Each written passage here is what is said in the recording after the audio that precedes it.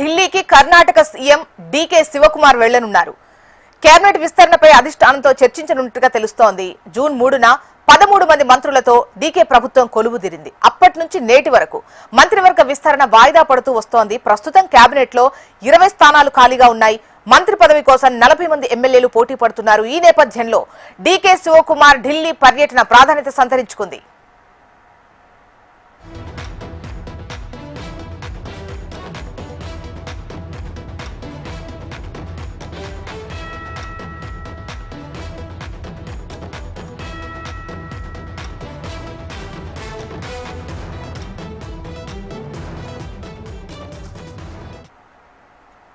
ఇవాళ హస్తినకు Karnataka CM DK Shivakumar వెళ్లనున్నారు. కేబినెట్ విస్తరణపై అధిష్టానంతో చర్చిస్తారు. జూన్ 3న 13 మంది మంత్రులతో డీకే ప్రభుత్వం కొలువుదీరిన విషయం మనకు తెలిసిందే. అప్పటి నుంచి ఇప్పటి వరకు మంత్రివర్గ విస్తరణ వాయిదా పడుతూ వచ్చింది. ప్రస్తుతం కేబినెట్ లో 20 స్థానాలు ఖాళీగా ఉన్నట్టు తెలుస్తోంది. మంత్రి పదవి కోసం 40 మంది ఎమ్మెల్యేలు పోటీ పడుతున్నారు. ఈ నేపథ్యంలో డీకే శివకుమార్ ఢిల్లీ పర్యటన ప్రాధాన్యత సంతరించుకుంది.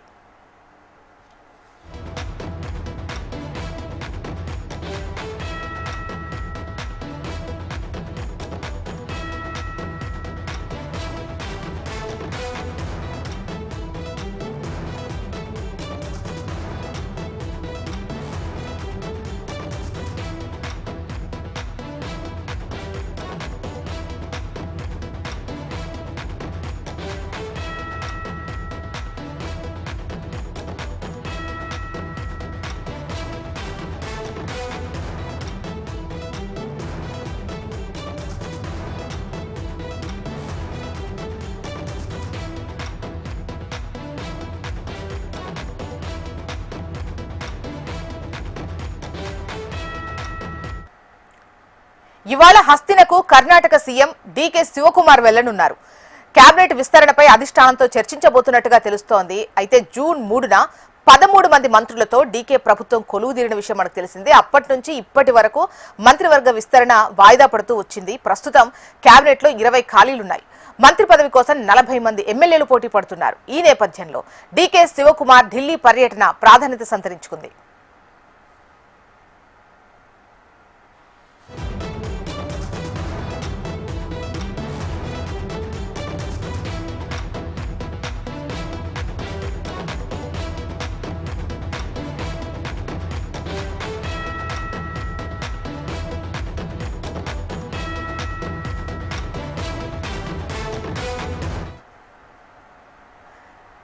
కర్ణాటక సీఎం డీకే శివకుమార్ ఢిల్లీ పర్యటన మంత్రివర్గ విస్తరణకు సంబంధించి డీటెయిల్స్ మనకు రాయలసీమ రీజనల్ కోఆర్డినేటర్ ప్రవీణ్ అందిస్తారు.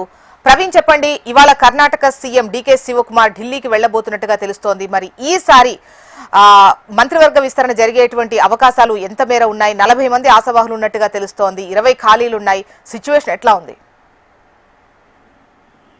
డీకే శివకుమార్ ఢిల్లీకి బయలుదేరారు. ఏదైతే ముఖ్యంగా కర్ణాటకలోని మంత్రివర్గ విస్తరణకు సంబంధించి ఆయన ప్రధానంగా అధిష్టానంతో ఇవాళ ఆమోదించుకునేటువంటి అవకాశాలు ఉన్నాయి. అయితే అంతకు ముందు ఏదైతే రాష్ట్రానికి సంబంధించినటువంటి కీలకమైనటువంటి ప్రాజెక్టు అదేవిధంగా నిధులకు సంబంధించి ఆయన ఈ రోజు ఢిల్లీ పర్యటన కొనసాగే అవకాశం ఉందని చెప్తారు. ముఖ్యంగా రాష్ట్రానికి సంబంధించినటువంటి ఎంపీలతో ఆయన తొలిసారి సీఎం హోదాలో సమావేశం కానున్నారు ఢిల్లీలో. దానికి సంబంధించి అదేవిధంగా అఖిలపక్ష నాయకులతో కూడా ఆయన మీట్ అవుతానని చెప్తారు. కొద్దిసేపు క్రితమే ఆయన మీడియాతో కూడా మాట్లాడడం జరిగింది. ముఖ్యంగా ఒక వారం లోపల ఏదైతే ఈ రాష్ట్ర మంత్రివర్గ విస్తరణకు సంబంధించి ఒక వారం లోపల ప్రక్రియ పూర్తి అయ్యే అవకాశం ఉందని కూడా ఆయన స్పష్టం చేశారు. అయితే బుధవారం లేదా గురువారం మంత్రివర్గ విస్తరణ లోక్భవన్ లో ఉంటుందని కూడా పార్టీ వర్గాలు చెప్తున్న నేపథ్యంలో ఈ రోజు డీకే శివకుమార్ ఢిల్లీ పర్యటన కీలకంగా మారింది. ముఖ్యంగా ఢిల్లీలో ఆయన ఎంపీలతో పాటు మంత్రులు కూడా కలిసే అవకాశం ఉంది. మంత్రులు ముఖ్యంగా ఏదైతే కర్ణాటక కేరళ తమిళనాడు వివాదం ఏదైతే ఉందో మేకదాటు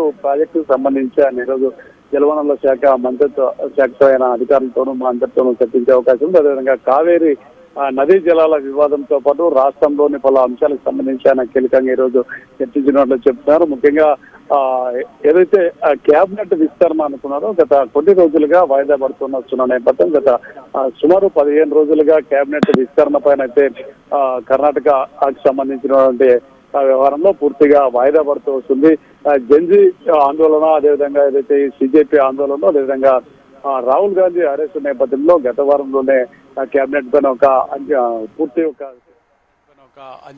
పూర్తి ఒక క్లారిటీ వస్తుంది అనుకున్న నేపథ్యంలో అది రాహుల్ గాంధీని కలిసే అవకాశం లేకపోవడం, అదేవిధంగా ఆ పార్లమెంట్ సమావేశాల్లో ఆయన బిజీగా ఉన్న నేపథ్యంలో ఈ నెల 12వ తేదీ నుంచి కూడా కుదరనే పక్షంలో తాజాగా ఈరోజు డీకే శివకుమార్ ముఖ్యమంత్రి అదేవిధంగా నాయకులు కూడా ఈరోజు ఢిల్లీ పయనమైనారు. ఢిల్లీలో ప్రధానంగా ఈ అంశం మీద అధిష్టానంతో చర్చించే అవకాశం ఉంది. ముఖ్యంగా క్యాబినెట్లో ఏదైతే ప్రస్తుతం 13 మంత్రి పదవులు ఉన్నారు, డీకే శివకుమార్ సీఎం, అదేవిధంగా పరమేశప్ప డిప్యూటీ సీఎంగా ఉన్నారు. మరో 2 డిప్యూటీ సీఎం పదవులు కూడా కేటాయిస్తారని ఒక చర్చ జరుగుతుంది. దాదాపు కేబినెట్లో ఇంకొక 20 మంది మంత్రి పదవులు, మంత్రి స్థానాలు ఖాళీగా ఉన్నాయి. వీటిలో 15 నుంచి 15 వరకు మంత్రులను 2వ విడత పూర్తి చేయాలని ఒక మెసేజ్ అయితే ఉందని కూడా చెప్తున్నారు. దాదాపు 20 మంది కూడా పూర్తి అవుతారని మరో వర్గం చెప్తున్నారు. అయితే ఇందులో చాలా మంది దాదాపు 40 మంది వరకు కూడా దీనికి సంబంధించిన మంత్రి పదవులు ఆశీర్వదిస్తున్న నేపథ్యంలో అది పెద్ద తలనొప్పిగా మారింది. ఎందుకంటే ఓవైపు సిద్ధరామయ్యతో పాటు అదేవిధంగా కేపీసీసీ అధ్యక్షుడు హరిప్రసాద్ కూడా తన వర్గానికి ప్రాధాన్యం ఇవ్వాలని చెప్పి పట్టుబడుతున్న నేపథ్యం, అదేవిధంగా డీకే శివకుమార్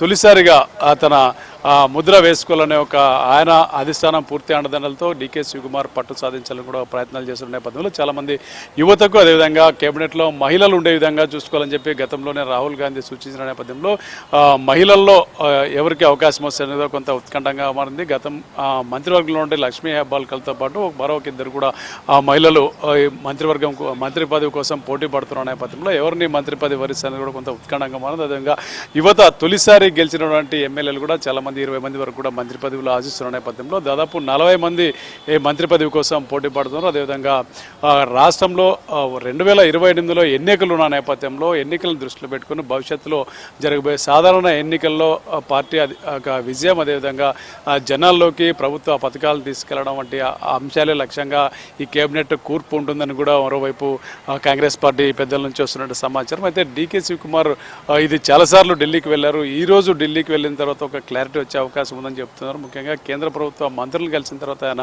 అధిష్టానం పెద్దలతో కలుస్తారు. ఈ మంత్రివర్గ కూర్పు పైన ఒక క్లారిటీ వచ్చే అవకాశం ఉందని కూడా మనకి స్పష్టమవుతుంది. జోష్న రైట్ ప్రవీణ్.